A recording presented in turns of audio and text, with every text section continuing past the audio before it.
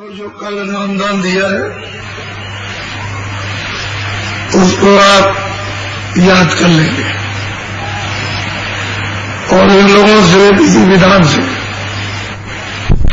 सुमरन का समझ लो, ध्यान का समझ लो और भजन का, और प्रेम प्रीत प्रतीत से 1 घंटा ये समझ लो कि मुझे ये काम करना है, इस काम को छोड़ेंगे नहीं। ऐसा आप जब दृढ़ निश्चय कर लोगे तो आपके लिए सुलभ हो जाएगा। सुमरन में कुल 8 माला है, आगे पीछे जय गुरुदेव की 2 माला ये हो गई। 1 माला 5 नामों की 3 माला और 5 नाम की अलग अलग 8 माला हो जाती। यह 10 मिनट में आपका सुमरन हो जाएगा। अब कोई धीरे धीरे करे, 1-2 मिनट और लग सकते, लेकिन इतने में हो जाता है। वैसे तो 2-4 घंटे करते रहो तो पूरा नहीं होगा, क्योंकि आपका मन में चला जाएगा, फिर आपको याद आएगी कि तुम तो सुमरन कर रहे थे और मन तो इधर चला गया, तो फिर करोगे, ऐसे मन भाग जाएगा। मन पर तो निगरानी रखनी है कि अपने स्वभाव बस भाग न जाए। अब यही तो दुश्मन है, ये पक्का सूरत का दुश्मन हो गया। और ये क्यों दुश्मन हो गया है कि आदी हो गया, इन संसार के रसों का स्वभाव पड़ गया, तो स्वभाव बस दौड़ता है। अगर सही चीज मिल जाए तो क्यों दौड़े, दौड़ता है अपने सुख के लिए, क्योंकि ऊपर से आया है अपने स्थान को छोड़कर, तो वहां तो सुखी सुख था, वहां दुख था ही नहीं। और ये जब सूरत को नीचे उतारा तो उसके साथ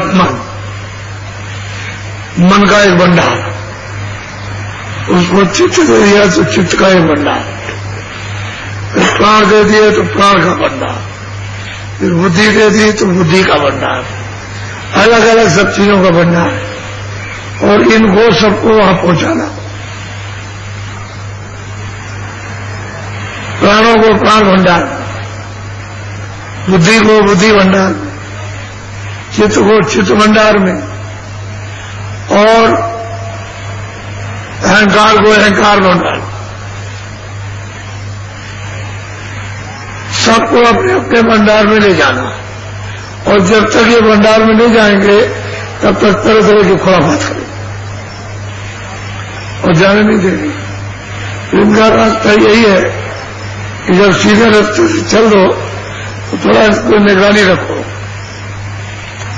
कि हम ऐसे सुमरन करें, ऐसे ध्यान करें, ऐसे। जब चीज ठीक होने लगेगा तब रस बन जाएगा, रस मिलने लगेगा। तो इनसे रहते हो पूछो, ये सब आपको बैठा के बताएंगे, अच्छी तरह से समझ लो, क्योंकि इन सब चीजों के समझने के लिए आपको एक तो ये अवसर है। दूसरा है 10 मिनट, ज्यादा आपको करने की जरूरत नहीं है। 10 मिनट ऐसे बैठ करके कर्म प्रायश्चित करो। ये आंखें बंद कर ली और ये सूरत बैठी है, ये उसका दरवाजा है खुदा का, भगवान का, क्योंकि उसने अपनी शक्तियां भेज करके बनवाया। तो प्रार्थना करना है कि हमसे भूल हो गई, हमको मालूम नहीं था कि पाप पुण्य क्या है, हिंसा क्या है, ये छूट गया तो हम अपराधी हैं, तो हमको क्षमा माफ दे। तो जब सूरज से चेतन के दरवाजे में प्रार्थना करोगे तो सुनेगा, तो सुनेगा और चेतन को छोड़कर वैसे करते रहो तो वो कहते हैं कि भाई मैं कुछ नहीं कर सकता। ये सब चीजें जान लेना चाहिए ताकि आपको सुमरन भजन ध्यान में बाधा न पड़े और तुम ऐसे ही बैठे रहे कोड़े खा रहे तभी क्या करोगे। चलो चलो बच्चों जाओ, ऐसे 5 बजे से 88,000 ऋषि इकट्ठे हुए थे और आगामी वो जानते थे कि कलयुग लगेगा। उनको मालूम था कि कैसे कैसे लोग पैदा होंगे, इस मनुष्य शरीर में कैसी जीवात्माएं आएंगी। तो उन्होंने सोचा कि पहले से ही कोई रास्ता इनके लिए निश्चय किया जाए जिससे कि उसका सहारा ले आत्म कल्याण का। तब उन्होंने उस समय पर जो विचार किया वो यही था कि उन्होंने भागवत यहां लिखी और सत्संग की कथा अब लिखी तो गई है द्वापर और आप आए हो कलयुग में, इसलिए वो आपके लिए फलदायक नहीं है, आत्म कल्याण में फलदायक नहीं है, क्योंकि वो द्वापर में लिखी गई और उस समय पर कलयुग था नहीं। कलयुग बाद में आया और द्वापर उसके बाद खत्म हुआ, तब ये प्रारंभ। तो आप उसको समझ नहीं सकते। लिखने पढ़ने वाले चले, उन्होंने जो बताया था वो लिख पड़ा था तो गए, और वो समझाए को अब कोई रहा नहीं समझा, इसलिए फलदायक है। आप करो तो करते रहो, उसके लिए कोई मना तो नहीं करता, लेकिन हकीकत और वास्तविकता ये है कितना भी कुरान पढ़ो, कितना भी बाइबल पढ़ो, खुदा के पास इन कामों से नहीं जा सकते। गॉड के पास नहीं, ईश्वर के पास नहीं जा सकते। ये जो तुम्हारे काम है उसके पास जाने के नहीं है, ये जो काम करते हो शैतानी है। इन्हें खुदा को, गॉड को, भगवान को चकमा देगा और अपने आप को धोखे में रखना, अपनी रूह को, अपनी जीवात्मा को फंसाना और उसे चकमा देना, और वो तुम्हारे चकमे से पड़ गए तो इसमें नहीं, इसलिए धोखा कर। और मनुष्य जीवन का कलयुग में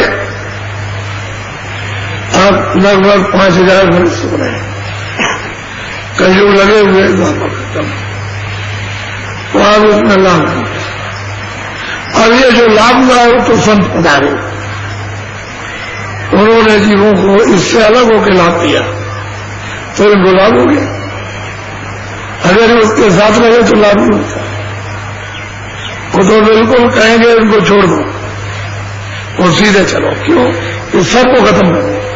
जब तुम्हारी रामायण में लिखा है कि कलयुग जोग में यज्ञ में जाना, तो क्यों जबरदस्ती आप करते? और वो कहते हैं कलयुग में न जोग है, न यज्ञ में ज्ञान, कुछ नहीं। इसी में तीनों मंत्रों में सब कह दिया, कलयुग केवल नाम आधार, नाम का आधार, नाम का आधार, और नाम को पकड़ के गाय गाय, क्योंकि उसमें तो वाणी है, देववाणी है, ब्रह्मवाणी है, आकाशवाणी है, उसमें वो तो ऐसे हैं करना है। कहते हैं उसका आधार लो पार उतर जाओगे। अब तुम उसको नहीं समझते तो कोई क्या करें। कहते हैं सब छोड़ो, सही बात यह है कितना भी पुण्य करो उसको भी आपको जलाना है। आप तो खत्म करना ही है, लेकिन पुण्य अगर पुण्य रखोगे तो भगवान नहीं मिलेगा आपको। उसका फल तो मिल जाएगा, लेकिन परमात्मा की प्राप्ति पुण्य नहीं आपको।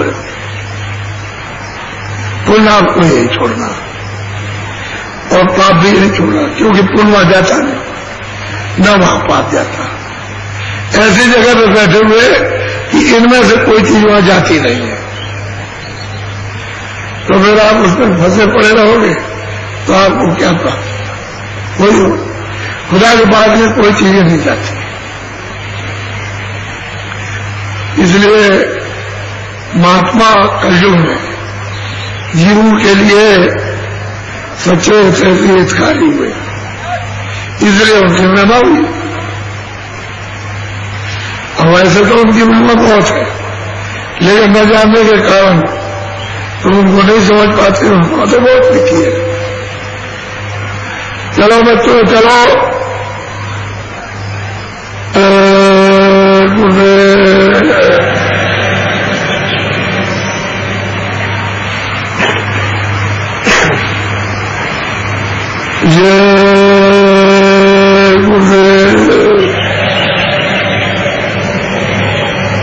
चलो पढ़ो जल्दी से।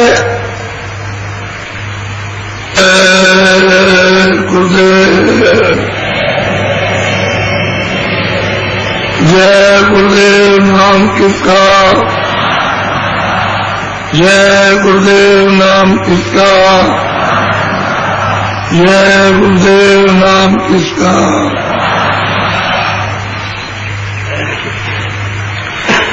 गुरु का ध्यान कर प्यारे। बच्चियों, इस देश में अपने तरफ घर की तरफ जाने के लिए ये प्रथम सीढ़ी है। जैसे किसी स्कूल में बच्चा जब पढ़ने जाता है तो प्रथम, ऐसे उनके सत्संग में जब दाखिल हो जाओ तो ये प्रथम क्लास है। वैसे जब दाखिल हो गए तो अज्ञान का है, अंधकार का, अबूझ का, अनसमझ का, काम का, क्रोध का, लोभ का, मोह का, अहंकार का, आशा तृष्णा का, छल का, कपट का, फरेब का, बेईमानी का, दगेबाजी का, हिंसा का। ये जब जाओगे तो ये उनके यहाँ क्लास है, ये प्रथम स्थान है। यहाँ आपको इन सब चीजों की वो आपको शिक्षा देंगे। ये क्या है, ये क्या है, काम क्या है, क्रोध क्या है, लोभ क्या है, मोह, झूठ क्या है, छल क्या है, कपट फरेब, बेईमानी, पाप क्या है, पुण्य क्या है, अच्छा बुरा क्या है, न्याय अन्याय क्या है, सत्य सब, ये सब की जानकारी ये पढ़ाया जाएगा। पढ़ जाओगे धीरे से। कहते हैं कि ये सब पढ़ने के बाद तब फिर प्रीत होगी, बगैर प्रीत के चढ़ाई नहीं हो सकती, बगैर प्रेम के।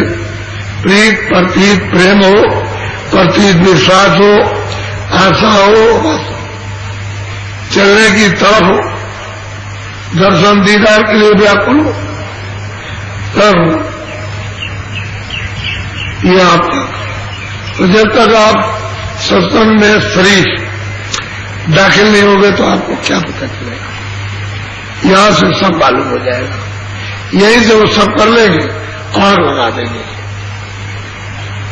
जो संसारी आग जो चढ़ी जल रही है उसको बुझा डालेंगे, बुझ जाएगी, और वो धीरज की आग लगा देंगे। वो क्या है? धीरज मालिक के पास ले जाने एक साथी है। शील, क्षमा, संतोष, बड़े विवेक, ये 5 संज्ञा तो सुरत की है। और काम और क्रोध और लोभ और मोह, ये सब जल, पृथ्वी, अग्नि, वायु ये इसके साथी है, ये उत्पात करते रहते हैं। तो जब तक सखियों का सहयोग न मिले, जानकारी न हो, तब तक इनके जहर को बुझाया नहीं जा सकता। लेकिन ये दाखिल होना होगा, ये पहला रास्ता है। मेरे रिश्ते मिले हुए सब कुछ आपका हो गया। तो मैंने अभी सुबह आपको ये बताया कि औरतों में कितनी तड़प होती है, कितनी बेचैनी और बेकली, उन्होंने कितना ऊंचा किया। ये संसार बड़ा दुखदायी, अच्छे बच्चे, धन दौलत, कुछ इसमें कोई सुख नहीं, क्योंकि सब भोग भाग करके सब देख लिया, उसका सब अनुभव कर लिया। अब इसमें से तो दूसरा कुछ निकलना नहीं। तब वो इतना ऊंचा उपदेश, वो अकेले क्यों नहीं गए कि मुझ पर डांट पड़ेगी। वो वहां उनके पास में, क्योंकि वो तो अभी जवानी शुरू हो रही, तो उनको तो सब कुछ कह सकते हैं, बदमाश है, ऐसे वैसे। इनके बाद में औरतें जाती हैं, ये स्त्रियां देवियां जाती हैं, ऐसा वैसा। वो जानती थी कि डांट पड़ेगी मुझको, इसलिए उसने सहेलियों को ले लिया कि तुम चले जाओगे, मैं अकेले नहीं रहूंगी, तो मुझ पर डांट नहीं पड़ेगी, नहीं तो बहुत डांट पड़ेगी। वो लेकर के गई और उसकी इच्छा तो थी दर्शन करने की। जैसे ही दर्शन किया वैसे उसका विवेक खुल गया, बुद्धि विवेक खुल गया, और उसको ये हुआ कि यही सब कर बगैर इनके कुछ नहीं। तो भाई तुम कैसे आई यहां पर? तब उसने बताया कि मैं ऐसे आई। तो उन्होंने सोचा कि ये ऐसे ही चली जाएंगे, प्लेन पर पहली बार मार दिया गया, तो बता तो उसको रहे, वो भी अपनी बात समझ रही है और लग रहा है इसको, वो सखियों को, जो उसकी सहेलियां थी उसको लगा, वो पूरा घाव कर दिया। और महात्मा जब घाव कर देते हैं तो कराता है, कराता करा करके कुछ अच्छा नहीं लगता। घर में बाहर खाना पीना, ये सुतना उठना बैठना, बाल बच्चे, धन दौलत, कुछ अच्छा नहीं, तो मार देते हैं, तीर घाव हो जाता है, फिर उठता गिरता। ऐसे ही उपदेश को हो रहा था, पूरा शरीर पर हो रहा था। जब वो जाने लगी तो फट से उसने कहा, फौरन कहा कि इनको तो कोई अगम वस्तु मिल गई और हम लोग ऐसे ही रह गए, ये कौन वस्तु मिली? बस तो उसी में लग गया। अब वो मतलब ये है कि वो ले करके उनको आई थी, अब मार दिया उसको, तो मतलब ये है कि अब वो व्याकुल है, कितना आगे। और उसको भी इन्होंने उसी 26 साल के अंदर ही, और वही संबत 1616 और 17 के अंदर ही इन 13 को पार कर दिया, और सबने गाना गाया। जिस तरह से देखा, जैसे चढ़ाई हुई, जो ये सब देखा, इसका और विमानों को देखा, इसको उसको सबको, सबने। अगले तो छोटी सी उम्र में हुए, लेकिन जब ये विवाद हुआ, क्योंकि जगत तो जानता नहीं है, तो उन्होंने उसको गुप्त कर दिया, जो लिखा था धर्म, दुनिया अभी जाए जानती नहीं, तो वहां उन्होंने, वो तो सब कुछ जानते थे, तो ऊपर था लिखा, तो ऊपर का था, लेकिन उसकी छाया यहां पड़ती है, बात उन्होंने लिख दिया। वो क्या दे लगी, कलम लेकर के बैठे, उनके सामने तो सब ऐसी चीज सही बात तो यह है कि कोई लिख नहीं सकता, ऐसा लिख दिया और लिख दिया आपने। जब कहा गया भाई देख लो ठीक है कि नहीं है, उसके लिए तो तुमने विरोध किया था और तुम विमुख हो गए थे, तो मतलब यह है कि तुम निंदक हो गए और सत्य वस्तु की निंदा करने लगे और घर से मतलब घर जाने का रास्ता ही बंद कर लिया। तो अब ये देख लो बात उसको लेकर के बस सुखी हो गए और दय कथा वार्ता जय कथा वार्ता उनसे भी किया कोई कुछ नहीं। तो वो मतलब है करीब 49 बरस रामायण को लिखने के बाद 49 वर्ष तक नहीं। तो क्या औरों का काम नहीं किया, ये लोगों ने पहले से कर लिया। ये तो इनको तो पहले से इनका काम किया, बहुत छोटों को पहुंचाया। उसमें 7 वर्ग, यानी कौन सा वर्ग है जिसमें गया नहीं, सब वर्ग को पहुंचाया। लेकिन अब तुमको ये सब चीज पता नहीं है, अब क्या करें? इनको समझाया अगर सच्ची बात कह दें तो उसको ऐसे मौका के चल दोगे उधर चलेगा। सही ये बात है कि यहां तुम्हारा कुछ नहीं है। जब वो कहता है कि भाई मैंने तो कर्मों का विधान बना दिया और सबको सुना दिया और मैंने सब बना करके 4 खाने 84 रज्जियों, इसको तो नकार नहीं सकते हो। उसके बाद मैंने नरक कितने नाम के, यानी गिने नहीं जा सकते इतने नाम के नरक बनाए। महात्माओं को तो मालूम है लेकिन आप नहीं गिन सकते इतने नाम के, तो उन्होंने नरक बनाए। और इसी तरह की उन्होंने योनियां बनाई। तो उन्होंने कहा भाई देखो ये पाप पुण्य है, मैं अपने हाथ में कुछ नहीं रखता हूं, मैं तुमको इतना अधिकार मित्रों में देता हूं कि जितना अधिकार मेरे पास भी नहीं है। सही सच्ची बात है कि ये उन्होंने अधिकार आपको दिया, उनके पास अधिकार मालिक के पास जाने का नहीं है और वो जा नहीं सकते। और इनको जो यहां ले आए इनको अधिकार दे दिया कि तुम जब चाहो तब जा सकते हो, मैं रोका टोकी नहीं करूंगा।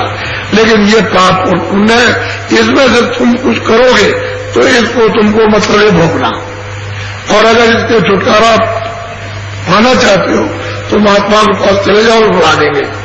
ये दोनों ने कहा ये महापुरुष ही इसको जमा कर सकते हैं और कोई नहीं। कहते मैं कुछ नहीं कर सकता, न ब्रह्मा करेंगे न विष्णु करेंगे, रत्ती भर भी बालू का कण भी न ब्रह्मा न विष्णु न शिव करेंगे, न देवी न देवता करेंगे, न 33 करोड़ देवता, न 9 करोड़ दुर्गा, न 10 करोड़ शंभु, कुछ नहीं करेंगे। जो भी कर्म करोगे आप पाप पुण्य उसका आपको भोगना, सीधा कहा। तो दोनों अधिकार आपको ले लिया वापस जाने का भी और यहां कर्म करने का भी। अब ये आपको समझना है भाई अच्छा बुरा क्या है, हम क्या करें क्या नहीं करें। अगर ये बात आपने पूछ ली होती तो आपके जीवन की मेहनत में सफल हो जाती। तो आपने तो कुछ पूछा नहीं कि खेती कैसे करें, दुकान दफ्तर का काम कैसे करें और ये कैसे करें। ये अगर उनसे पूछते तो वो बताते हाँ ठीक ऐसे खेती दफ्तर का काम दुकान ईमानदारी मेहनत के साथ और बच्चों की सेवा करो, आएगा ही का सत्कार। और ये बुरा ये अच्छा इस काम को मत करना, अच्छी काम को, तो तुम्हारी मेहनत सफल हो जाती। तो दोनों काम हो जाते, शारीरिक क्षणिक सुख भी शांति भी आराम भी मिलता और अपनी जीवात्माओं को जगा के वापस चले जाते। तो दोनों में से कुछ नहीं हुआ, न सुख मिला न शांति न आराम था और अपने घर में भी नहीं गए।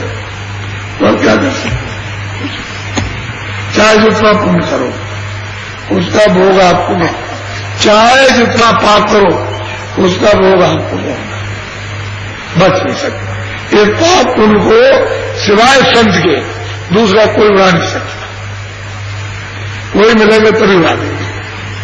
वो जो लिखा हुआ उनके खाते में धर्म डाल के वो वही खाते में वो पूरा का पूरा फाड़ लेते हैं। वो कहा जी तुम्हारे हिसाब किताब को फाड़ लेंगे तब तो उसमें कुछ नहीं रहेगा, नहीं तो उसके यहां तो सब लिखा, एक एक जगह का उसके यहां लिखा। और उसकी कोई आंख थोड़ी बंद होती है कि आंख बंद हो गई वो देखता नहीं होगा। वो तो 24 घंटे आंख खुली है, आंख तो तुम्हारी बंद है तुम्हारे ऊपर में कूड़ा कचरा जमा उनके ऊपर थोड़ी है, वो जो सब बैठ के देख रहे हैं लिख रहे हैं। तो वहां वो तो सुनते हैं खाते वो तुम्हारे हिसाब किताब का पाप पुण्य का पाड़ सकते, दूसरा को नहीं पाड़। हम सीधा साधा बता दें कि चलो ठीक है, ऐसे तुम चलो इस तरह से, और ऐसे यहाँ पहुंचोगे, ऐसे यहाँ पहुंचोगे, ऐसे यहाँ पहुंचोगे, और यहाँ से इतनी दूर पर वो बैठे हुए हैं और ये बीच में निशान, तो बहुत सी चीजें छूट जाएंगी, अनगिनती चीजें तो छूट जाएंगी, क्योंकि उनके बताने को समय चाहिए। वो तो छोड़ देंगे और वो चिन्ह लेकर के आपको बता देंगे, तो आप कहोगे अपनी तरफ से कर रहे।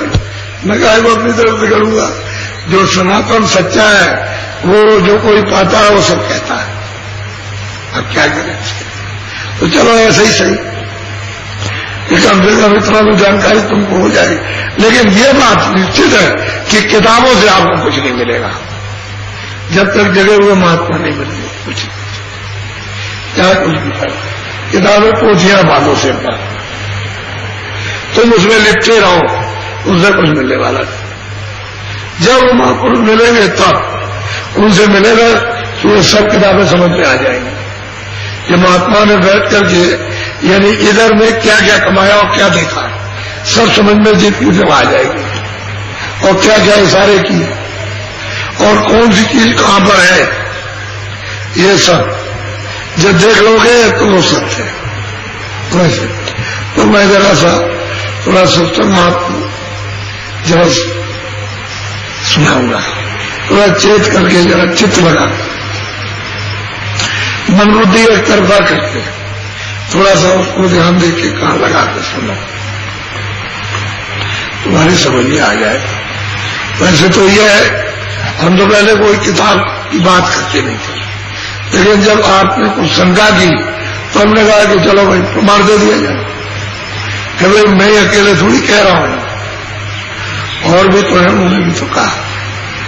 मैं कोई कहीं से बनी बनाई बात तो ले नहीं आया, जो महापुरुषों ने कहा उसी को मैं भी कह रहा हूं, और जैसे उन्होंने दिया वैसे मुझे भी, मैंने भी चरणों में बैठ करके और ये रगड़ करके सिर रगड़ करके, हम तो सबसे ज्यादा मूर्ख अज्ञानी भूले भूले, हमने वो क्या पता, लेकिन उन्होंने चरणों में बैठा लिया, कृपा की दया की, मैंने उनकी दया की, कुछ होने वाला कुछ नहीं। इसलिए आप थोड़ा सा सत्संग सुनिए, बोलो।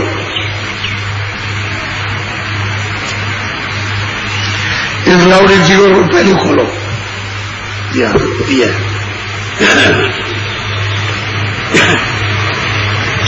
बिन सत्य गुरु सत्य नाम बिन कोई न बाचे जीव, सत्य लोक चढ़ कर चलो तजो काल की सी। महापुरुष कहते हैं बिना सद्गुरु के और बिना सतलोक पहुंचे कोई भी जीव यहां बच नहीं सकता, किससे काल से। इस तरह का बुखेड़ा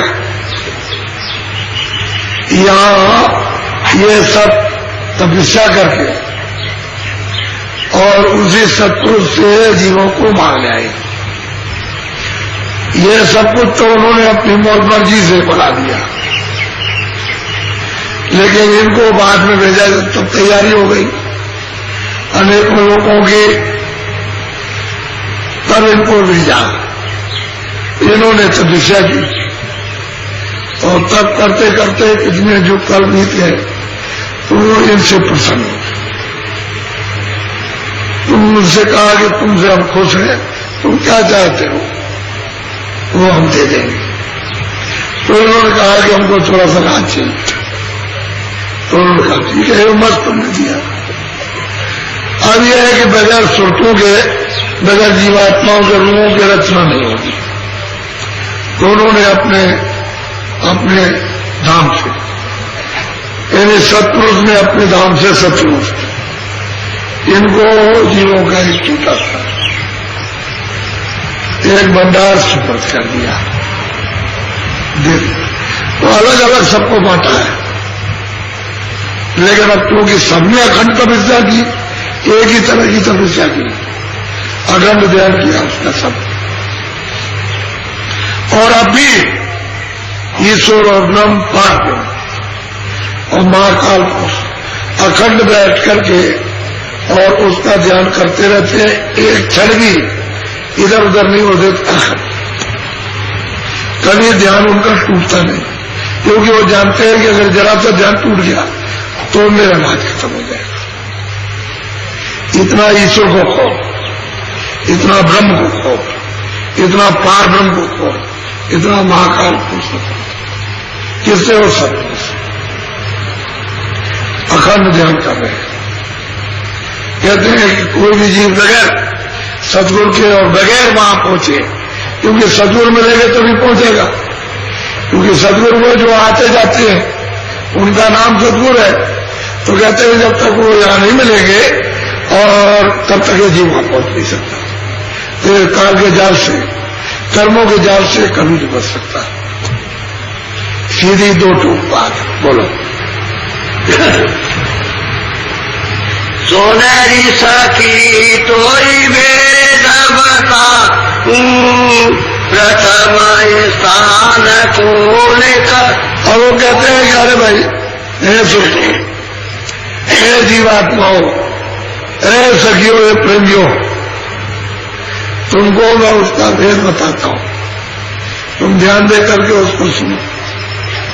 जिस प्रथम स्थान पर वो रहते हैं, विराजमान है, उनके पास में कैसे जाओगे? जब मैं भेद बताऊंगा तभी तो उनके पास पहुंचोगे, और जब कोई भेद नहीं बताएगा तो कैसे जाओगे? उन्होंने भी तो अपना दरवाजा बंद कर रखा है। आद्या महाशक्ति को उन्होंने आदेश दिया। आद्या महाशक्ति के 3 पुत्र, ब्रह्मा विष्णु महादेव। उन्होंने कहा कि देखो, ये तीनों तुम्हारे पुत्र हमारा भेद न जान सकते। अगर इन्होंने हमारा भेद जान लिया तो ये वहां का नीचे का काम करना छोड़ देंगे, मेरे कोई काम नहीं करते। इसलिए आद्या महाशक्ति ने अपनी शक्तियां पैदा की।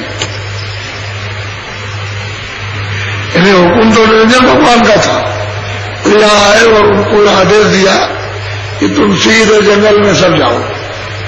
तो जंगल में चले गए, कहा घोर तपस्या करो। तो उन्होंने अपनी तपस्या की 20,000 वर्ष तक, 1-2 वर्ष में 20,000। तो उनको देववाणी हुई कि हम जो बोले सो देखो। तो उनको वाणी हुई, दर्शन नहीं हुआ, तो जो जो वाणी वो बोलते रह लेते, आवाज आती रही। उसको ब्रह्मा ने सुना और वो लिखते रहे। तो लिख दिया, चारों वेद लिख दिया, 1,00,000 श्लोक है।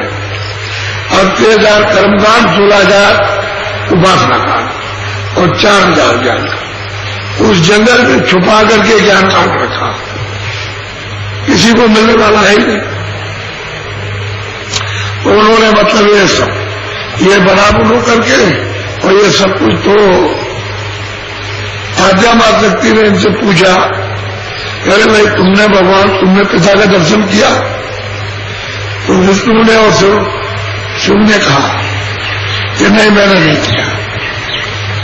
इनसे पूछा ब्रह्मा से, तुमने क्या ज्ञान किया?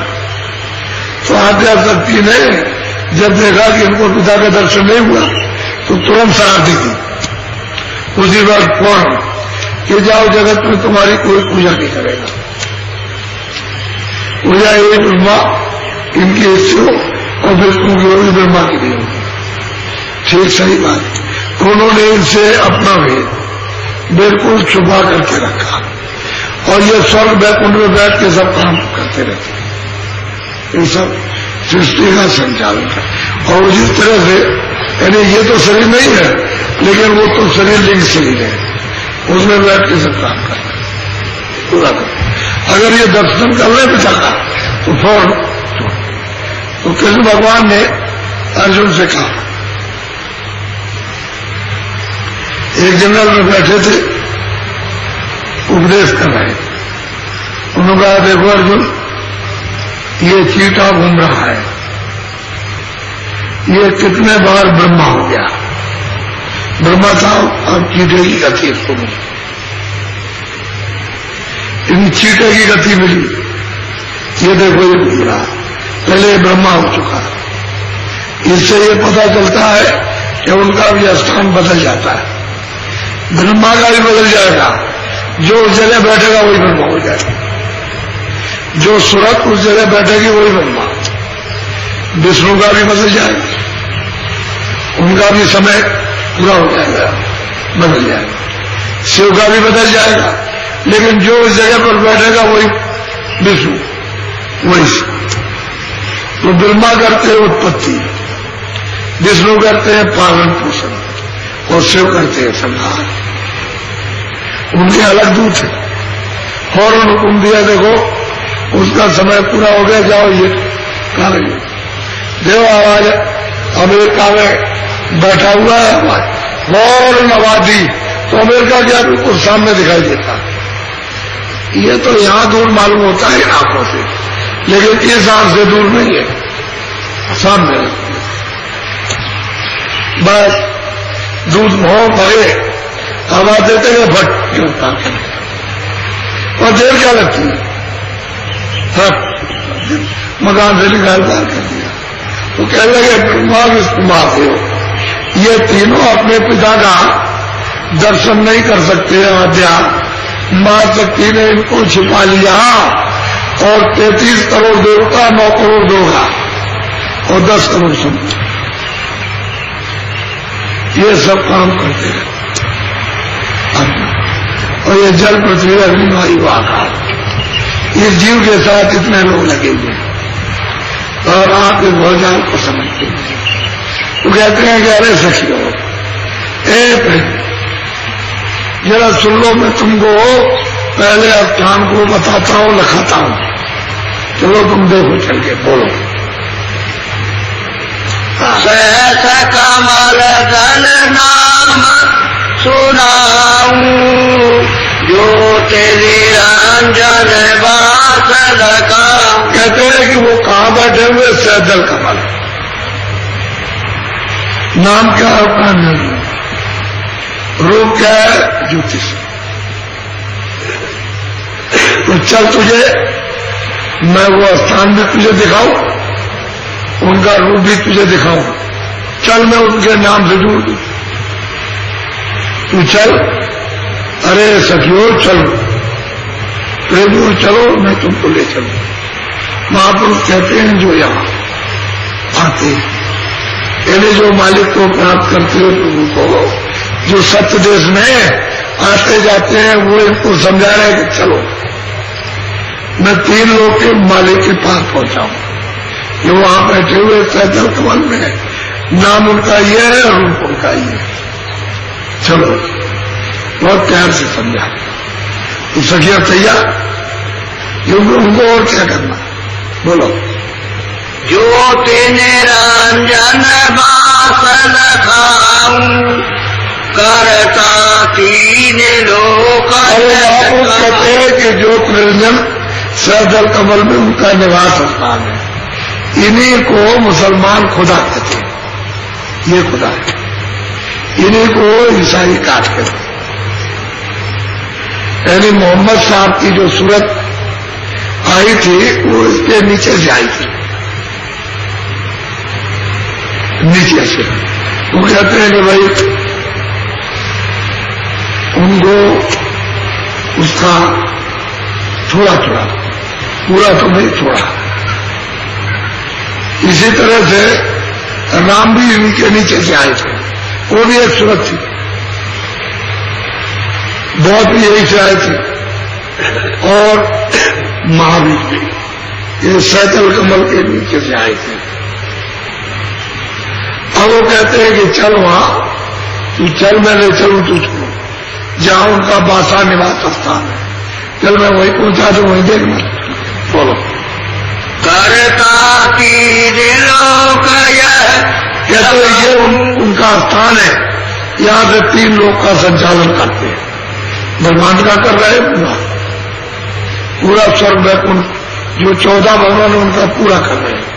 यह जितना भी लोग है और चारों खाने 84 लक्ष्मणियां और जितने भी लोग हैं उनका सब संचालन कर रहे हैं। इन्होंने सबको काम बांट रखा है और ये सब काम से अलग हो गए। तो उधर दिखाई देता है कि इनके हाथ में कोई काम नहीं बांट दिया कि तुम इस काम के मालिक हो। बस 3 लोग के करता है, उनका ये निवास स्थान है। ये चलो हमने चले तुमको वहां पहुंचाया, दिखाए चल के जाओ रहते जहां उनका निवास है और किस तरह से रहते हैं और कितने सुंदर है। बहुत प्यार से उनको प्रेमियों को सुरतों को जो जिज्ञासु है उनको समझाए कि चलो बोलो। वेद चारे नरचे रचाऊं। और कहते हैं कि इन्हीं की वाणी से 4 वेद जो लिखे गए भोजपत्र पर, पहले तो कागज था नहीं तो भोजपत्र पर छाल पर ये लिखे गए थे। 1 लाख इसमें पूरा विधान बनाया उसने। किसी तरह की कोई गुंजाइश नहीं रखी उन्होंने, क्योंकि जब ये सोच लिया कि मुझे ये अलग से रचना रचनी है तो पूरा विधान बना दिया। बोलो। ब्रह्मा विष्णु महादेव तीनों पुत्र इन्हीं के कहते हैं ब्रह्मा विष्णु महादेव इन्हीं के पुत्र है और अर्धांगिनी आद्या महाशक्ति इनकी देवी है। इनके नीचे अपने लोक में रहती है। जहां वो रहते हैं वहां उसका स्थान नहीं है। आद्या महाशक्ति का नीचे स्थान है, यानी शहद और कमल से नीचे, और इसका बहुत बड़ा लोक है आद्या महाशक्ति का। तो ये अपने मुकाम पर बैठी है, इसका भी मुकाम है, इसका भी स्थान है ये। और ये इतना बड़ा स्थान है कि 14 लोग स्वर्ग वैकुंठ में इसमें 14 तरह के और कुछ नहीं है। ये बगैर मत लोग तो कुछ है ही नहीं है, लेकिन स्वर्ग वैकुंठ में इतना बड़ा लोक है उसका, और इसको कोई भी साधक पार नहीं कर पाता है।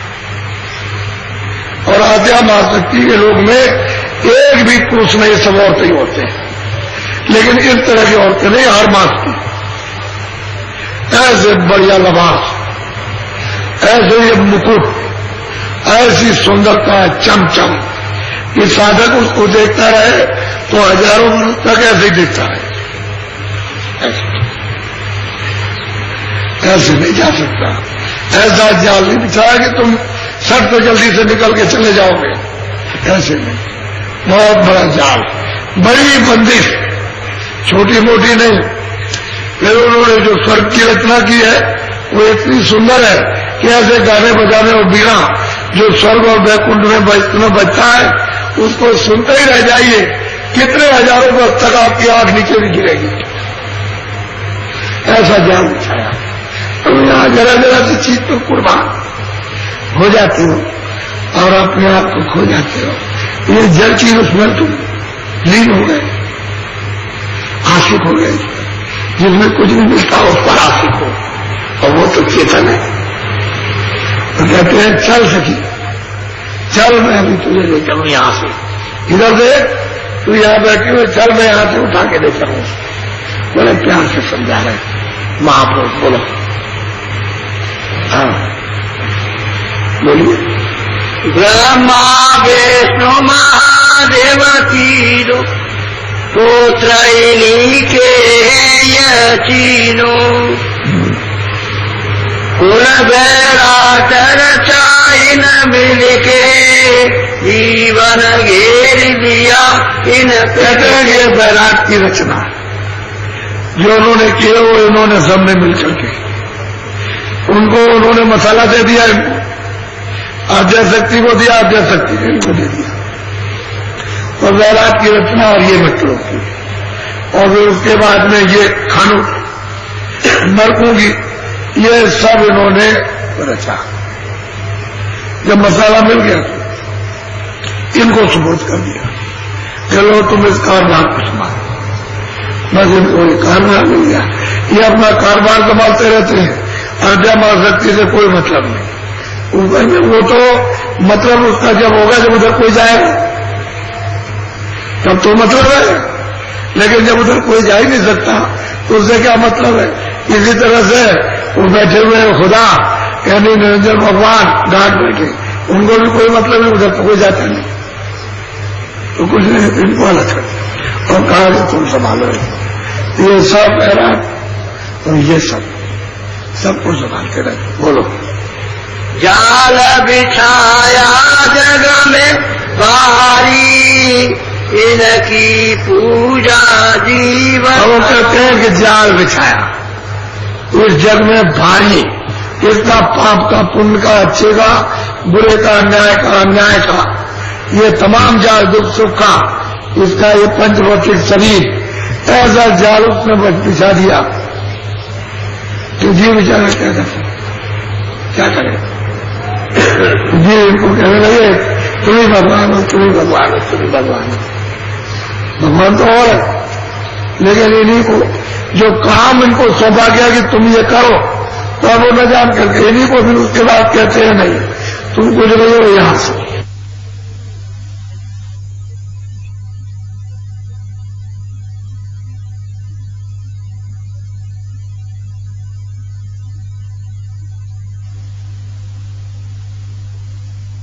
ये करो तो अब वो न जान करके इन्हीं को फिर उसके बाद कहते हैं नहीं तुम कुछ नहीं हो यहां से।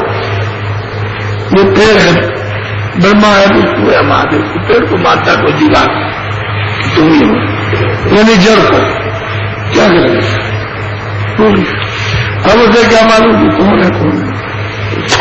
3 लोग के मालूम, वो सैदल कमल में नाम उनका निरंजन है, रूप उनका ज्योतिष स्वरूप, और वहां बैठे विराजमान है। बोलो। फंसे जाल में फंसे कर्म में, धोखा खाया पर। कहते हैं कि फंसे जाल में क्या करेंगे बेचारे, और पचे कर्म में करे क्या, जाल में बिछे और कर्मों में, पाप में पुण्य में, पाप में पुण्य में, पाप में पुण्य में, इसमें सब समय खो दिया। इसी लोग पच गए, मिल गए और धोखा खाया, और धोखा खा गए, अपने रास्ता तो गए भूल। तो जिस रास्ते से हम उतार करके आए थे तब तो उन्होंने कहा था तुम गर्मी में तुम्हारा रास्ता खुला था, जब कोई पाप पुण्य नहीं बना था, देश साहब के विधान नहीं बना, तो तुम्हारी आंखें गर्म में खुली थी, कान खुले थे, नाक खुली थी। और वही जब तुमको यहां बैठाया था, माँ के पेट में तो हाथ और कान नाक वही खुली थी, वही सुनते थे, वही देखते थे, वही से गर्म में बैठ करके देखते थे और कोई पर्दा नहीं। जब 9 महीने का शरीर बाहर आया तो सब जोगी विज्ञानी एक तरफ से, जब पेट ही में देख रहे थे यानी गर्म में, तो अब तो बाहर शरीर आ गया तो बाहर देख रहे, एक भी नहीं बाकी था, सब देखते थे मालिक। अब वो कहते हैं ये ले लिया तुमने, जब वो विधान को कानून कर लिया कि ठीक है हम इसका पालन करेंगे, और मतलब ये है कि अब जैसा आपने बताया वैसा करेंगे, तो आपने वो तो छोड़ दिया है, अब ना आपको पाप न पुण्य लो। और जो आपको बताया था कि तुम जीवात्मा को जगाते रहना, सोने ना पाए, तो आपने उसको सो जाने दिया, क्योंकि कूड़ा कचरा डाल दिया तो अचेत हो गई, उसमें अपना ज्ञान तो जाता रहा। तो कहते हैं धोखा खाया, पड़े कर्म में पचे भरम में, बस इसी बात ऐसा वैसा हुआ, ऐसा वैसा। अब कई लोग मेरे पास आते हैं कि देवी कहती है कि मुझको चढ़ाओ बकरा, बकरी चढ़ाओ, बच्चा चढ़ाओ, यानी मनुष्य का बच्चा चढ़ाओ। एक तो दौड़ करके आई कि वो कहती चिल्लाती है कि लड़की को चढ़ाओ। अरे अम्मी के बच्चे तो धोखा मत खा जाना, तो उसमें मत पड़ जा, नहीं तो तुझे बड़ी सजा मिलेगी। बहुत ये आदिवासी वो जंगलों में, महाराष्ट्र के जंगल, जिन जंगलों में आपने कभी देखा भी नहीं होगा, उन जंगलों के कितने लोग यहाँ आए, स्त्रियां भी आए और पुरुष भी आए आपकी, नेम सारंग नदी पर। तो मैं अभी गया दौड़े में, तो आदमी ने कहा कि देखो वो जीव मांग रहा, यानी मतलब है कहता है कि हमारे ऊपर चढ़ाओ। तो देवी ने इस तरह की डांट लगाई उसको, तो मुझे उसने कुछ बताया, ऐसी डांट लगाई कि पसीना निकल गया। तो डर की वजह से मुझसे कहा, ये कहा कि आप मेरी देवी को मत बताइएगा, अब तो मैं नहीं करूंगा। अगर देवी सही बात की डांट लगा दे तो तुमने तो वादा किया था कि हम अच्छे काम सब में शरीक रहेंगे और बुरे काम में नहीं रहेंगे। आधा शरीर स्त्री का आधा पुरुष, तो दोनों अर्धांगिनी हो गए। तो आप लोग ऐसा काम क्यों करते? एक डांट लगाई क्यों कि जब वो अभ्यास करने लगी तो उसको दिखाई देने लगा, ऐसी डांट मारी। कह रहे मेरी तो इच्छा हुई कि बस क्या करे, मर जाए। नहीं मरो मत। उसने तुमको जो डांट लगाई वो अच्छा किया, या आगे कोई बुरा काम मत करो, अच्छा काम। जब उसको समझा दिया तब उसको तसल्ली हुई, इत्मीनान हुआ। और ये सब बहुत अच्छा, हमारी देवी ने हमारे साथ बड़ा अच्छा किया। तो बात यह है कि हम जब शंका चली जाए तो सच्ची चीज तो सच्ची है। वो कहते हैं कि भाई सब ब्रह्म बन गए, अभी बदले हो, ये करो वो करो वो करो, इसमें क्या मिलेगा? आप क्या मिलेगा पहले सोचिए, क्या मिल रहा है? अभी पूछा जाए कि भाई तो तुम वहां जाते हो देवी से बोलती है, कहते बोलती तुम कैसे समझ लेते हो? इसने कह दिया, उन्होंने कह दिया कि तुम हिंसा करना और तुम अच्छी आदमी की, तो ऐसा करती हो। तुम्हारा मन और वो भूत जो तेरे ऊपर चढ़ा हुआ वो चढ़ा रहा कि बदला मार दे, बदला दे। वो तो चढ़ेगा चढ़ के बोलेगा। अरे तुम थोड़ी बोल रहे हो, जिसका कर्जा देना वो बोल रहा। अगर वो कह दे मंदिर का देवता कि भाई ये काम तुम वहां जाओगे ही, मैं अगर सच्ची बात आपको बता दूं तो यहां से उठ के चले जाओगे, दूसरे चलाओगे। यानी तुमको इतना खौफ है, बोलो। अब जो इनको कोई समझावे, सत्य पुरुष का भेद। कहते हैं कि इनको जो फंसे हुए जाल में, इन कर्मों में, पाप पुण्य में इनको कोई समझाए और कहे कि तुम दरवाजे पर बैठे हो और चलो इस जीवात्मा को इस तरह से तुम ले चलो, चला ले चलो, चलो मदद करेंगे और अपने घर में चलो मालिक के पास। तो नहीं माने, ऐसे नहीं चले वहां मालिक नहीं है, हम उसको नहीं मानते, हमको नहीं मानते। अब बताओ आप, उसके सुअर के पैर मार दिए, तेरी दौड़ा करके उसको पकड़ा, उसके पैर बांध दिए और लकड़ी में लाठी में काम के लिए जा रहे, आग जला के, और उसको जिंदाई ऊपर पैर बांध करके और जिंदा रख दिया। कितना चिकारता है, तुमको दे नहीं आती जरूर। अरे भाई वो भी तो जीवात्मा है, कितने से निकाल के उसमें दंड के लिए बंद कर दी गई, तो दंड मिल रहा। लेकिन तुम तो मनुष्य हो, तुम्हारे पास तो बुद्धि है, तुमको तो दया होनी चाहिए, लेकिन तुमको दया नहीं, जिंदा उसको चला रहे। अब उसको जिंदा चला रहे हो तो आपको छोड़ देगा, ये आपको ज्ञान नहीं। तो कहते हैं इसी कर्म में इस भरम में फंसे, अब तुम यहां से निकल नहीं सकते। 4 खानों से, 84 लक्ष्मणियों से और नरकों से अब छुटकारा नहीं। महापुरुष तो कहते हैं अरे भाई चलो, कहा तुम फंसे हुए तो तुम्हारा घर नहीं, तुम्हारा सुख नहीं है, तुम्हारा कोई है नहीं, तुम परदेश में आकर के जाल में फंस गए हो, तुम इतना दौड़ धूप करते हो, तुमको कितने युग जन्म हो गए, अभी तक कुछ नहीं मिला, तो आगे क्या मिलेगा? तो जलम मरण जलम मरण, और जलम मरण इतना किया, कितना कर गए, जो आत्मा कहते हैं लिखा नहीं जा सकता। तो नहीं माने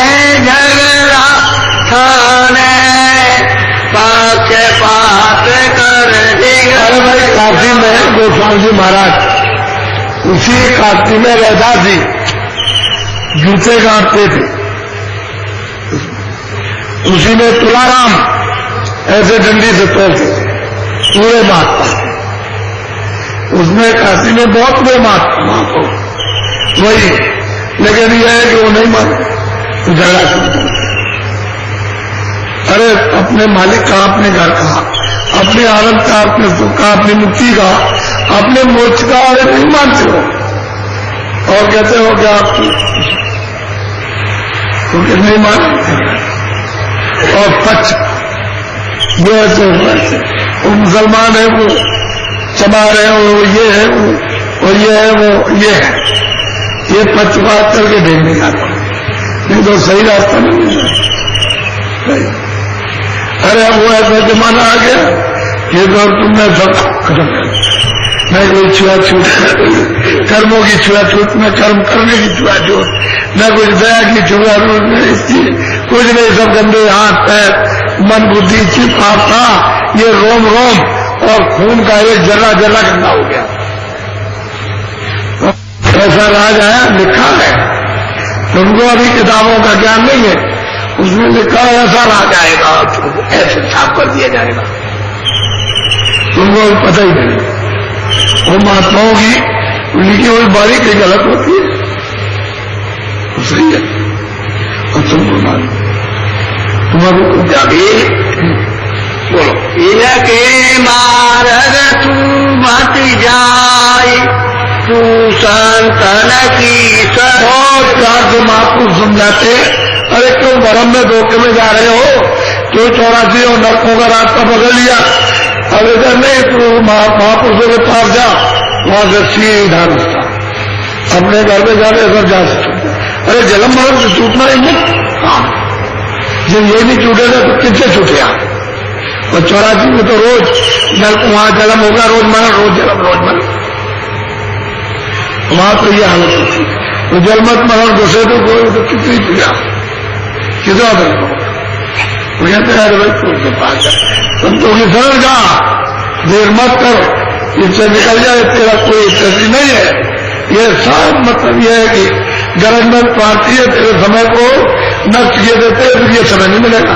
बोलो, सतगुरु कहे सोई तुम मानो, इनका वचन न करे पर तो संत सदगुरु उस मालिक को तो सबसे मिले, ब्रह्मा के पास भी जाते हैं, विष्णु के पास भी, शिव के पास भी, आद्या महाशक्ति को भी देखते हैं और ईश्वर को भी देखते हैं और ब्रह्म को, माया को और पुरुष सबको सबसे मिलते हो जाते, वो तो सबसे मिल जाते। कहते हैं तुम उनके पास, इनको नहीं उनके पास जाओ और ध्यान करते, इनके बच्चों को क्या प्रमाण करना दो, अपना काम कर रहे हैं कि इनको हमें अपना रास्ता नापना है कि इनका नापना। मुसीबत तो मेरे ऊपर है, जन्म मरण की, संसार की सब चीज छोड़ने की 24 घंटे फांसी लगती हुई है ऊपर से कि जाने वाला तुम तो अचेत होकर के बस ऐसे खारे बटोर रहो, तब तक उसने कहा रे तुम्हें पूरा हो गया है, खड़े हो जाओ, बस उसने मैं आंख बंद और कान डाले, बुद्धि पागल बन गई। वो तो दिल्ली में था, झपट्टा चूहे को मारा, बस जान निकल गया, देर क्या लगती, दिल्ली की तरह से जब चूहे पे झपट्टों से लगा तब खत्म हो गई। तो असल में क्यों जाल में फंसते हो?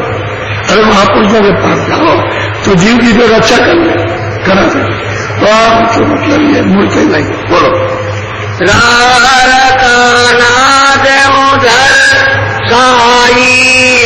पता अब महापुरुष कहते हैं रास्ते का पूरा भेद, रास्ते का पूरा चिन्ह, ये राह रखाना देवदर्शाई और पूरा पता जो कहाँ रहते हैं। चलो 3 मोलों के मालिक कहाँ है, चलो मैं तुमको बताऊं, सब मैं अभी दर्शाता हूं। तो वो कहते हैं कि अभी बताओ, चल मेरे साथ, मैं तेरी मदद करूंगा और तेरा कोई कुछ नहीं कर सकता। महापुरुष कहते हैं चल ले आ, फिर कोई तेरा कुछ नहीं करेगा। तो साथ बोलो, मन और सूरत जमाओ तिल पर गिरी घुमर घट आओ। और सीधी बात उन्होंने कहा कि मन बुद्धि चित्त, ये जो जीवात्मा दोनों आंखों के मध्य में ये बैठी हुई दरमियान में, इसके चारों तरफ ये बैठे हुए, और जीवात्मा में तीसरी आंख, ये भी रूह में तीसरी आंख है, उसी को कहते हैं अंग्रेजी शब्दों में थर्ड आई, तीसरी आंख, उसको सोच है। कहते हैं देख ऐसा कर कि ये चारों तरफ मन बुद्धि चित्त बैठे हुए, तो तू अंदर की तीसरी आंख को सामने देख,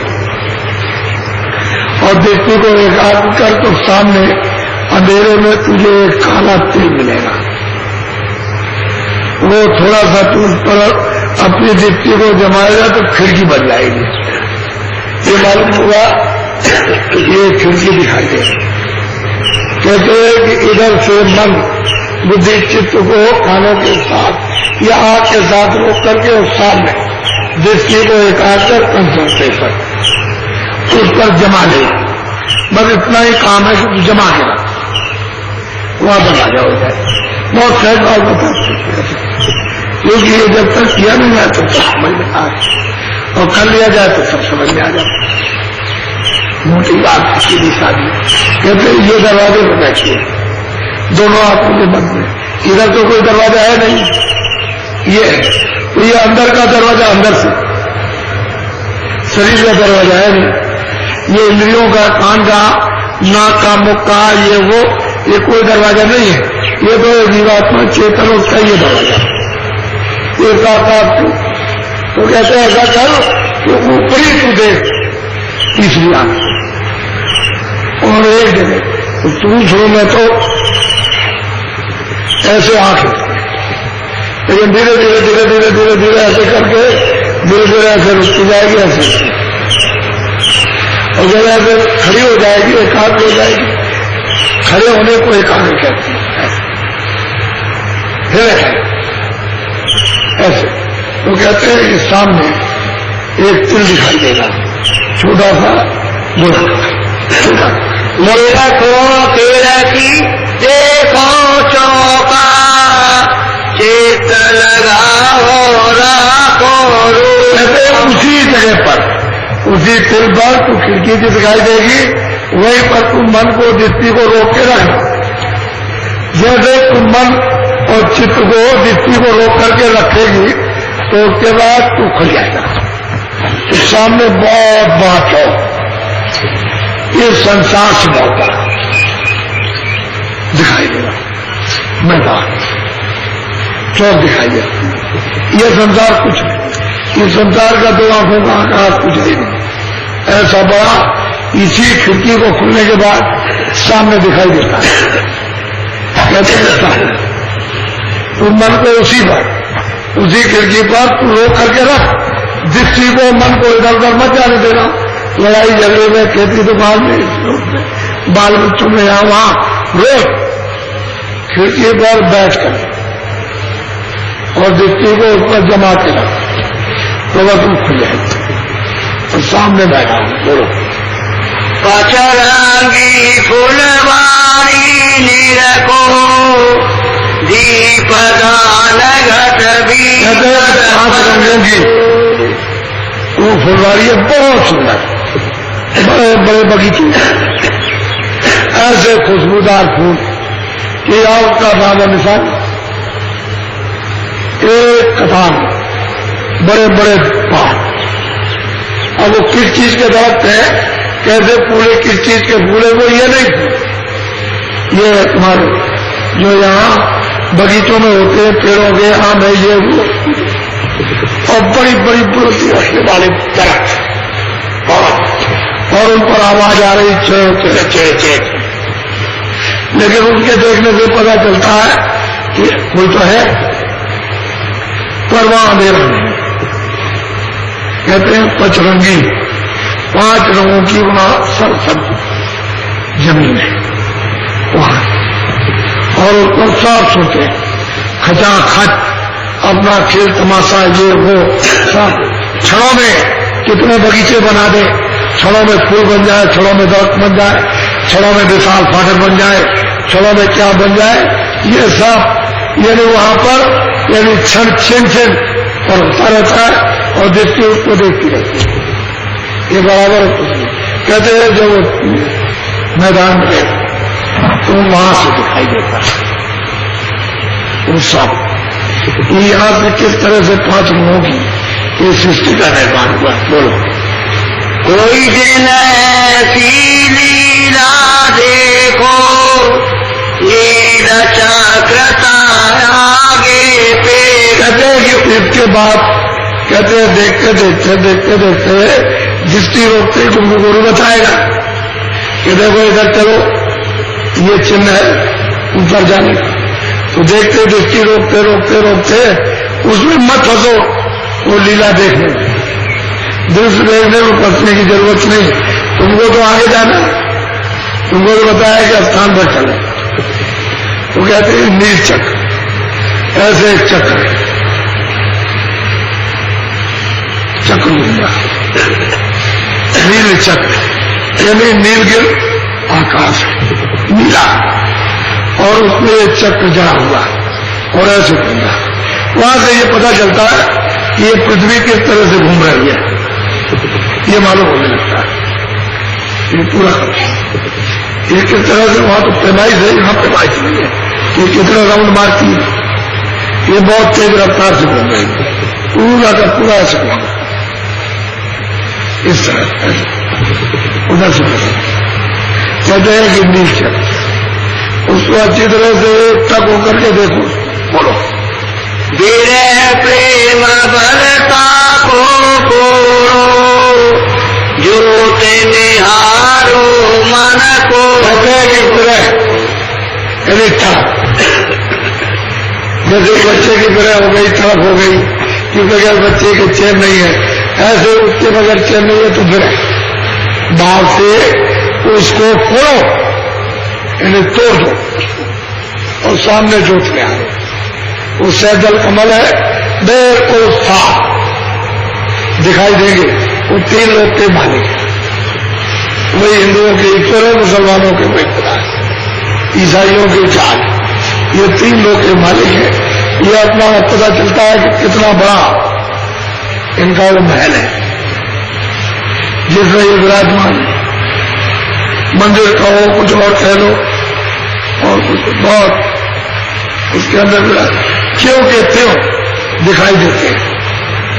और इन्हीं में से घंटा और संग बज रहा, तीनों लोकों में यहां भी बज रहा, स्वर्ग वैकुंठ में भी बज रहा है घंटा और संग। लेकिन अब यह है कि सबने अपनी अपनी धार पर उतार लिया। घंटा संग तो बज रहा, यहां भी आपने बज रहा था, लेकिन आप उससे अलग कर दिए गए। इसलिए जब कर्मों का आपने अपने ऊपर में बोझा लाद लिया तो आप घंटे और संग की आवाज से अलग हो गए। आंख बंद हो गई, कान बंद हो गए, नाक बंद हो गए, आवाज अब मारे मारे फिरते हो। तो इन्होंने अपनी आवाज को उतार लिया, क्योंकि ब्रह्मा विष्णु महादेव इनकी आवाज अलग है। इस धार पर उतार करके आपको ले लिया। अब इतनी दूर चले गए हो कि आपको पता ही नहीं कि वहां से लौट करके कैसे जाएंगे और कैसे उस आवाज को यदि पकड़ेंगे जिसको हमने छोड़ दिया। ऐसे जब तक वेद नहीं मिलेगा तब तक वो आवाजें तो बहुत अनंत आवाजें हैं। जब वो सब बजने लगती है तो आपको खुद पता चलेगा अनंत आवाज बेसुमार। फिर उसमें से कहा जाता है ये आवाज छांटो। जब आप उस आवाज को छांटते हो तो सब आवाजें बंद हो जाती है। वही आवाज इतनी आवाज तो अपनी अपनी आवाजों को उतार लिया। आवाज तो यहां भी है बगैर आवाज की। 4 खानों में 84 योनियों में नरकों में बगैर आवाज की नहीं जा सकती। कोई आवाज नहीं जाएगी और वही खींच करके ले आएगी। उसी को शब्द कहते हैं, उसी को मतलब ये है कि नाम कहते हैं अलग अलग, तो अलग अलग शब्द पर उतार दिया और किसी को कुछ पता नहीं। कहते ज्योत निहारो सामने जो 3 लोग के कोसला दी से वही रहा। इन्हीं को लोगों ने राम कह दिया, इन्हीं को ईश्वर, और इन्हीं को मतलब खुदा, इन्हीं को वैसे 3 लोग के नाम उठाए। बोलो अनहद घंटा सुन सोनेरी। कहते हैं कि अनहद ये भारी भक्ति। कहते हैं घंटे सन को सुनकर लीजो, जब आप उसमें मिलोगे तो इतना रस, इतनी मिठास कि अमृत, इसमें मिश्री में क्या मिठास है, इतना मीठा।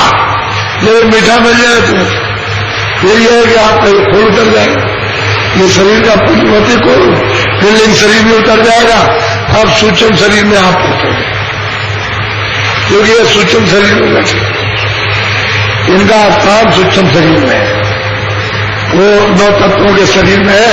शब्द पर गुरु रसगन और मन बुद्धि चित्त रहेगा। कहते हैं घंटे सन की आवाज को सुन के उसको रीझो, यानी मोहित हो जाओ और उसमें ले हो जाओ, तो खड़ा से आवाज खींचेगी, और जहां से आवाज निकल रही वहां पर जाएगी। स्थान तो उनका बहुत दूर है, 10 खट से खींचेगी, सामने आ जाओ, तो मोह मिलो। राम मुस्काई, कहते हैं मुझको देख करके बहुत प्रसन्न हो गए, बहुत प्रसन्न। तब ये रास्ता देंगे सुनिए, गुरु की बगैर कृपा के कौन रास्ता पाएगा, ये मुंह खोलेंगे नहीं, ये गुरु आते जाते होंगे तभी तो ले जाएगा साधक को, प्रेमी को, जिसमें मतलब विरह हो गई, नहीं वैसे कोई नहीं जा सकता। तो कहते चल हम पहुंचाएंगे, तो धीरे से लिए जा रहे। बोलो शंख बजाओ रथ में भी। कहते हैं घंटा और शंख दोनों बज रहे, इतने रथ में ढूंढो, जब स्नान कर लोगे बिल्कुल तर हो जाओगे, बस फिर मन कहीं जाए, मन कब्जे में हो गया और अपने भंडार को पहुंच गया, वही शायद और भंडार, तो 3 लोग का मालिक है। यानी इसी मन का जो अभी इस तरह की मार खा रहा, इंद्रियों के दरबारों पर बैठ करके रस ये ढूंढ रहा चारों तरफ, देखने सुनने बोलने खाने पीने विषय आत्मा इंद्री के इसमें, तो कहते हैं जब वो अपने मुकाम पर पहुंचा तो उसको रस मिला, वो तो 3 लोग का वैसे भी मालिक था पहले ही जो था, लेकिन अब मार खा रहा इतने दिनों में, तो वो तो अपने मुकाम पर पहुंचा, अपने भंडार सूरत आगे जाएगी, क्योंकि सूरत तो यहाँ की है नहीं, वो तो आगे बोलो। यह पहला स्थान बताया सतगुरु पूरे बरते, जब तक पूरे सदगुरु नहीं मिलेंगे उसको देखने वाले तब तक बच्चा ये किसी को नहीं मिल सकता। ये कलयुग, इसी में महापुरुषों का प्रादुर्भाव हुआ। 700 वर्ष के अंदर बहुत महात्माएं महापुरुष आए और बहुत जुगों को पार किया, तब तक तो मैसेज दे रह गए, अपने वक्त के लोग उनसे बिल्कुल वंचित विमुख गए, नहीं तो उनके पास जाते कितने पहुंच जाते अपने घर में, वही बात कहते हैं ये पहला स्थान है, वही आपको बताया जा रहा है। ऐसे बैठ करके तुम जरा भजन करो, ऐसे बैठ करके तुम थोड़ा ध्यान करो, ऐसे बैठ करके थोड़ा सुमरन करो, तो आप रोज करो, जल्दी सफाई हो जाए, जल्दी सफाई हो जाए और जल्दी कान खोले, जल्दी आंख खोले, तो आप नाम को भी पकड़ के चल चलो और देख करके भी चल चलो, और नहीं करोगे आप ऐसे ही बैठे रहेंगे, ये सब काम करते हो, ये नहीं करते हो, ये आपका काम है, ये सब काम पढ़ाए, शरीर अपना नहीं पढ़ाए, ये सब सामान ही पढ़ाए, वो तो खरीद इसके लिए दिया है रक्षा के लिए, तो रक्षा तो जब तक सुरत जीवात्मा इसमें रहे तब तक इतनी करो, लेकिन वास्तव में सामान ये इसका नहीं है, ये अलग है और सूरत अलग है, ये सामान अलग है। इसमें से निकली सूरत निकाली गई तो शरीर ये थोड़ा सामान होता है, दिल्ली का दिल्ली में, मुंबई का मुंबई में, आप इसको वहां नहीं जा सकते और वो सामान उठ करके यहां नहीं आ सकता, क्योंकि ये भी जड़ है वो भी जड़, न वो बोलता न ये बोलता, न ये चलता न वो चलता, तो वो वही रह गया, ये रह गया, इसको उठा करके छाया को जला दो, बात तो ये किसी के हाथ पर नहीं आएगी। कहते हैं ये जो आपको बता रहा हूं सुबह में सीधा है सबके लिए, स्त्री पुरुषों के बच्चों के लिए, इसमें कुछ नहीं है। बात एक निशाने पर वापस लौटो, इसमें मजे रहोगे, कुछ नहीं मिलेगा। बोलो। और देखो दान पुण्य क्या होता है। चलो जिसका दिया लिया उसका दिल खुशी। महात्मा जिसका दिलवाता है वो उसका दिल, उसका दिल। तुमने लिया क्या पता कैसे कैसे लिया, सबको यहां बुला लिया, तमाम को वहां बुला लेंगे, तमाम को प्रयागराज, कहीं काशी, कहीं अयोध्या में, कहीं किसी जगह, कहीं मथुरा बुला दो। कहा कहते हैं इनकी सेवा कर दो, खाना खिला दो, पानी पिला दो, ये कुछ कर दो, ये कर दो, ये कर दो। तो जो जन्म जन्मांतर होगा तुम्हारा एक दूसरे का लेन देन कर दे रखा इनका, वो जल्दी चुकाओ, तो मामला जल्दी खत्म हो जाए।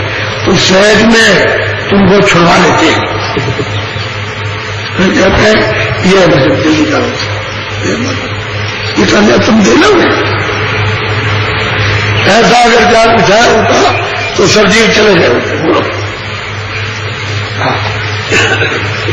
अब चलो सजनी दूसर धाम, निरखो त्रिपुटी गुरु का धाम। वो कहते हैं कि अरे सुरात सखियो, ये पहला काम था, इस पर मिल गए, देख लिया 3 लोग के मालिक।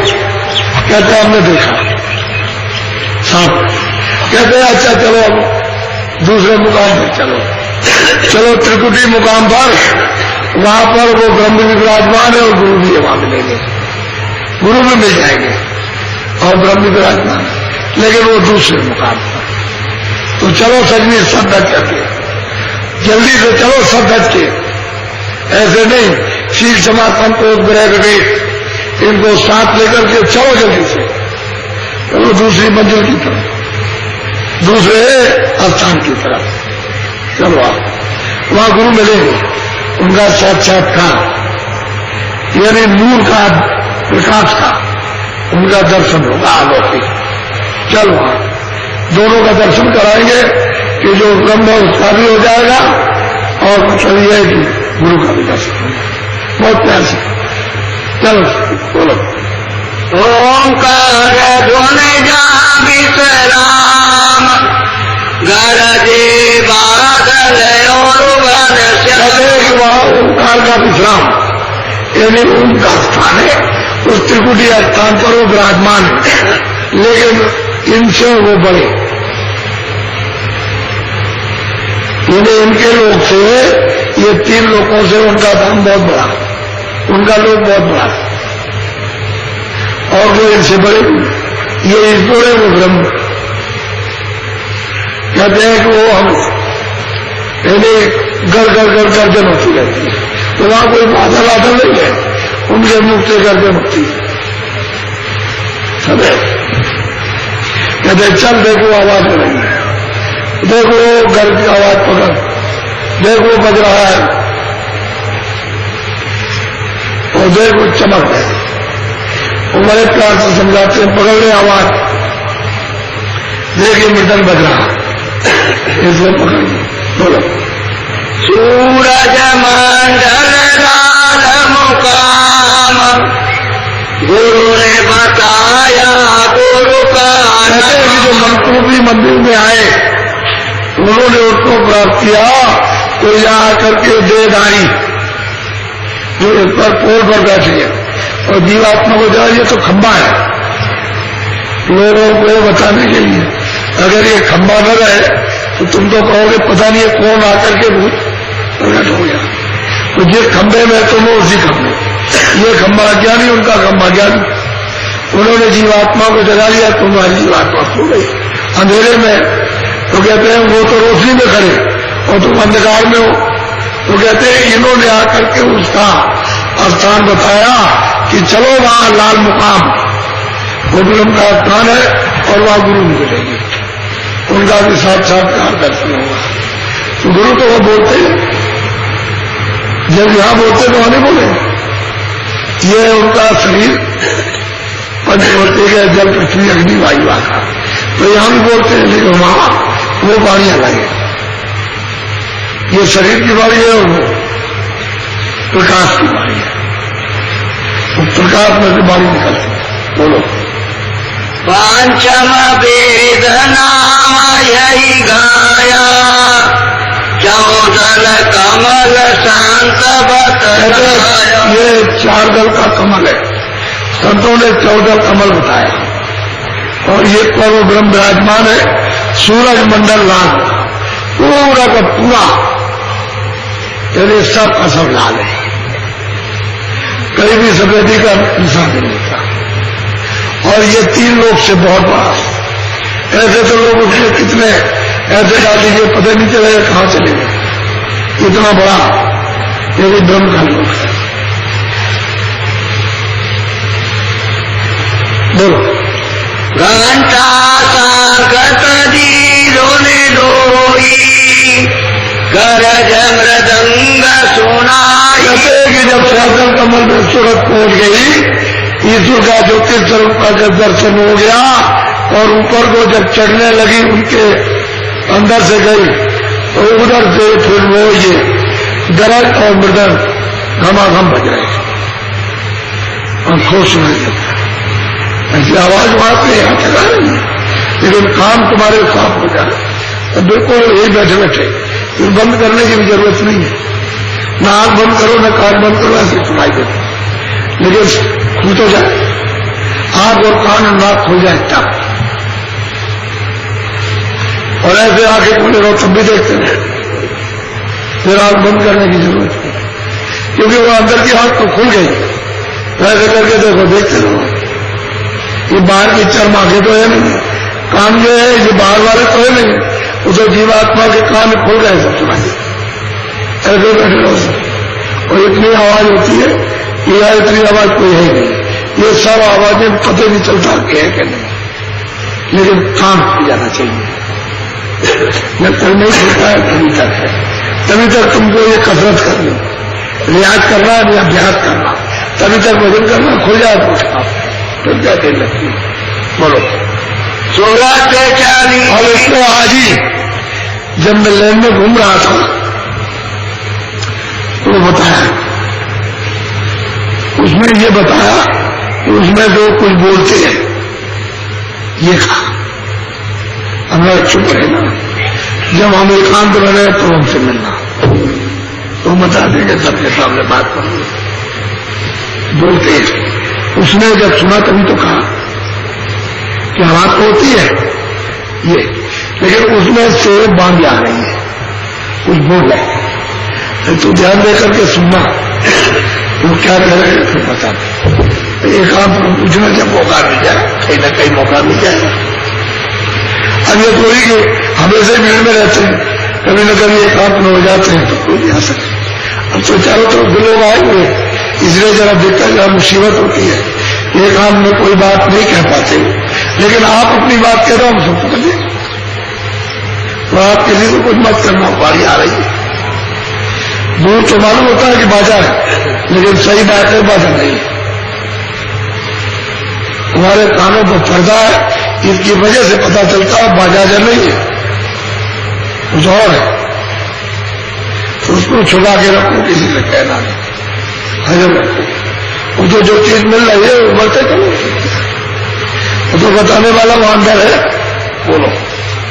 16 से 40 और खोला द्वार, बंकनाल धसे हो गई पाओ। कहते हैं कि सूरज चली ऊपर की तरफ में और दरवाजा खुला। वो दरवाजा जब खुला तो बड़े बड़े टेढ़े रास्ते, कितने लाखों नीचे चले जाओ, खाइया, फिर ऊपर चले जाइए, फिर करो यानी योजन नीचे चले जाओ, कोई पता नहीं चलता। फिर चलो ऐसा रफ्तीला टेढ़ा मेरा यानी रास्ता दिखाई देता है। अब यह ऐसी दुर्गम घाटी है कि बिना महापुरुषों के कोई इस घाटी को पार नहीं कर पाता, और महापुरुष रहे तो सहज में पार हो जाएंगे, सहज में निकल जाओगे पार से पार नहीं। ऐसी घाटी है कि टेढ़ा बंक कहते हैं, टेढ़े रास्ते में ऊंचा नीचा टेढ़ा, बहुत टेढ़ा मेढ़ा है। ये तो मैं इशारा करता हूँ बहुत ही टेढ़ा मेढ़ा, लेकिन वहां अंधेरे का नाम निशान है। अंधेरा किसको कहते हैं वो कुछ नहीं, वहां तो इतना घास है कि आंखें काम नहीं करती हैं, इतनी रोशनी है वहां। बोलो। ऊंची नीची घाटी उतरी, तिलकी उलटी पुतली। कहते हैं कि ऊंची नीची घाटियों को तय किया, बहुत ऊंचे, कितने करोड़ों ऊंचे घाटियां नीचे, उसको कहते हैं कि वो गिरती पड़ती, जब अंदर की आंख ऊपर को हो गई, उलट गई, यानी ऊपर आंख हो गई कि नीचे सामने क्या देखती ऊपर नहीं, तब पता लगता है। बोलो। घर भीतर जाए की नाराज, भक्ति भाव का पाया। ये घर है, बड़ा भारी किला, कितना बड़ा किला है। ये स्वर्ग वैकुंठ और ये और फिर ब्रह्मांड, ये सब मिला करके इतना बड़ा किला है। जब सूरत है तो जा सकेगी, और वो ब्रह्म वहां लेकर के बैठे हुए कर्म बीज, वही कर्म बीज का कपड़ा पहनाया जाता है सूरत। जब ऊपर की तरफ से आई तो यहां उसको कपड़ा पहना दिया। पहले तो उसको शब्द स्पर्श रूप रस गंध का कोई बोध नहीं था, वो तो स्वयं ही शब्द रूप थी। लेकिन जब यहां आई और इन्होंने मतलब अपनी आवाज को उसको ले लिया बादलों की गरज और मृदंग पर, तो बस फौरन शब्द स्पर्श रूप रस गंध इसका फौरन बोध कराया और आवाज को उतार लिया, अब शब्द रूप समाप्त हो गए। ये है कर्म भी, पहला कमला ही है। नीचे जब सैदल कमल में आएगी तो इस पर है सूक्ष्म लिंगम, बिना संतों के उधर खुल जाएगा, कैसे ढंग देगा। जो इतना बड़ा गढ़ कहते हैं किला, छोटा मोटा हो तो बात भी की जाए, इतना बड़ा किला वहां ये बड़ा किला। और कितनी ऊंची नीची घाटी, कितने ऊंचे नीचे पर्वत, छोटे मोटे पर्वत हो तो बात भी है। तुम्हारा तो ये सारा संसार एक इतना सा ढीमा भी नहीं है, ये सारा संसार इतना सा नहीं है। ऐसे ऐसे वो जब तक उधर देखने वाले महापुरुष नहीं मिलेंगे ये नहीं जा सकते। वो जाएंगे तो ले जाएंगे, वो सब बल देंगे, सहयोग करेंगे, साथ जाएंगे। वो डरेगी नहीं, कुछ नहीं, निकल जाएगी, सब कपड़े उतार देगी, फिर नियम हो जाएगी। फिर इतना इसमें प्रकाश है कि कितने करोड़ों सूरज और चांद, ये सूरज चांद नहीं, वहां के सूरज चांद लगे रहे तो इसके प्रकाश की बराबरी नहीं चाहिए।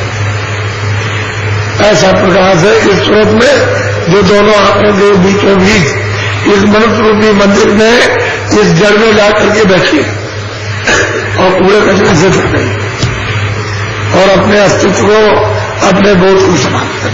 बोलो। करम बीज अब दिया जलाई, आगे को फिर सूरत। कहते हैं कि जहां कर्म बीज जला दिया जाएगा तब जाकर के आगे की खबर इसको लगेगी कि आगे है क्या, वो भी महात्मा जो बताएंगे तो बस कर ये लोग।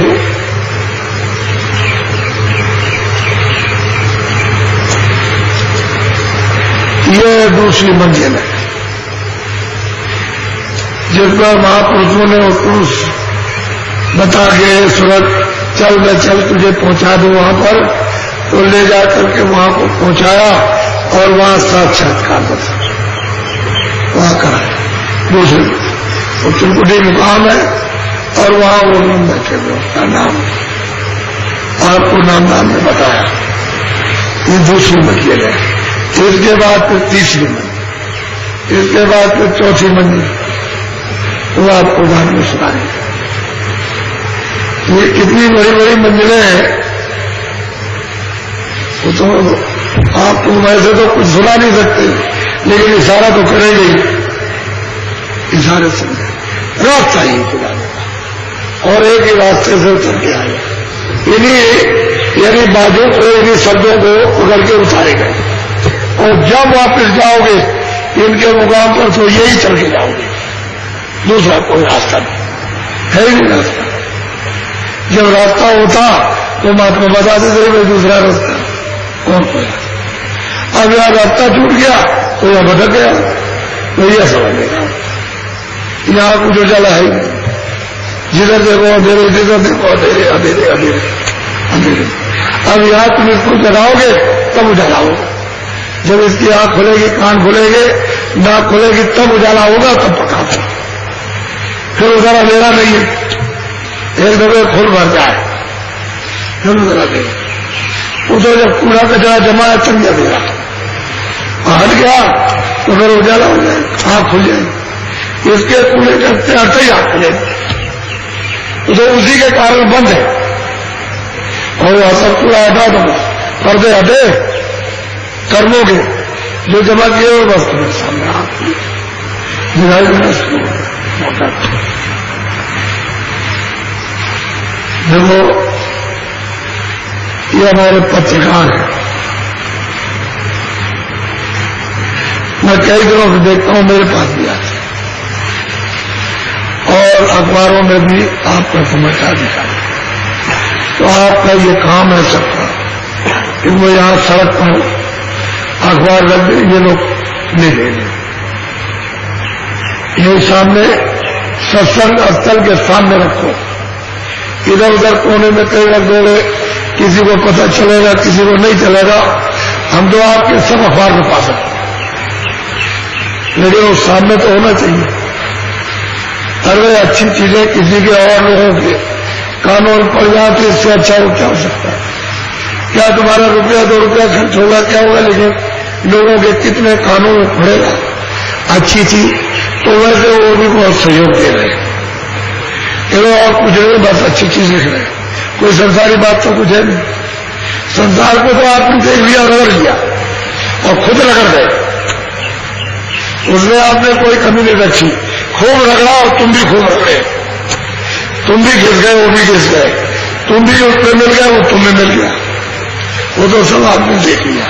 अब आपको ये सब कुछ नहीं पता, तो ये बताना तुम्हारा यहाँ कुछ है नहीं, और हर तरह से सिद्ध कर देना कि कोई चीज तुम्हारी नहीं है।